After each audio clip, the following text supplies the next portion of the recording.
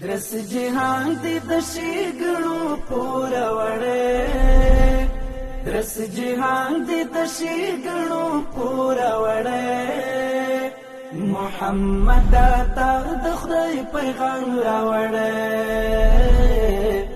محمد تا دونکو سلامونه دا مسجد قباء دی د اسلام په تاریخ کې لومړنی مسجد او زموږ استاد حبیب حضرت محمد مصطفی صلی الله علیه وسلم په مبارک لاسونو جوړ کړی یعنی دغه مسجد د بنسټ ډبره سرور کائنات جناب نبی کریم صلی الله علیه وسلم جوړ کړی یا یې خلافیه دغه سیمه چې دا په دغه ځای کې یو ځای د خاتم په نوم باندې حضرت وا د صاحب ډول نقشه جوړه شوې ده چې اوس بند ده وایي چې دلته به نبی علیه الصلاه والسلام د خپلو څلورو یارانو سره کېناسته دلته به یې مشورې کولې دلته به د اسلام د دین لپاره تبلیغ کاوه نو دا هماغه دی چې اوس زموږ ډېری حاجیان یا ډېری نړیوال خلک چې راځي دغه ځای د تبرک په خاطر باندې راځي په دې خاطر باندې چې دغه ځای برکتونه له ځان سره واخلي نو که چیرې تاسې هم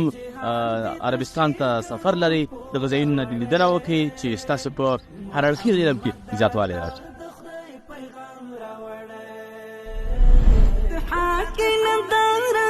د پرتم وا بلا پروتا پر بوتانو د حرم وا ساده نور رڼا خور پښو مدم وا غوغا ګډه په بچونو د تورتم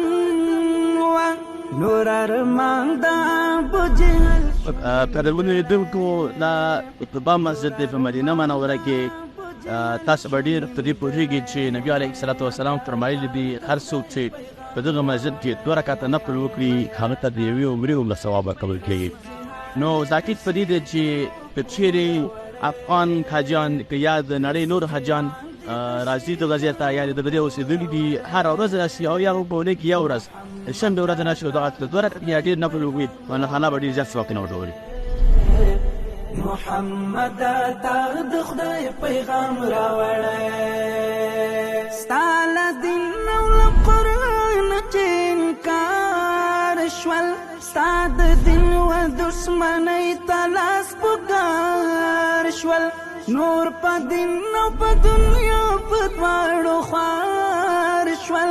د اسلام ازارې واخیستو ازار شول ستا د پوز پلاسې اوت د راج زړی ستا د پوز پلاسې په دې چې دی حوض المال الذي بين قرني البكر وجلس على يمينه ابو بكر الصديق في طرف ابو بكر الصديق رضي الله عنه وعلى يساره عمر بن الخطاب او شاب طرف عمر الخطاب رضي الله عنه وجلس عثمان بن عفان رضي الله عنه في جهة المقابلة لهم يتمخ عثمان رضي الله عنه كناستر حرم شریف دی مدینه منوره وته تراغلی د ټولو زیارتونو باندې وګرځولو د امارات اسلامي د خوا غاړو او اوس مسجد قباء د منځو کو 2 رکعاته او اوس ان شاء الله موږ به تزو حرم شریف محمد شفیع المذنبین رب خپل د غار لقب در کړه قدرمنو لیدونکو دا و د مسجد قباء په هکله معلومات چې تاسو سره مشترک کړل تر څو موږ په مدینه منوره کې یو دلته به د مهمو او تاریخي ځایونو څخه تاسو ته معلومات درکوو کله چې مکې مکرمې ته ځو بیا به د هغې ځای معلومات درسره شریکوو د بلې ټلویزیون سره ورسره محمد تا د خدای پیغام راوړی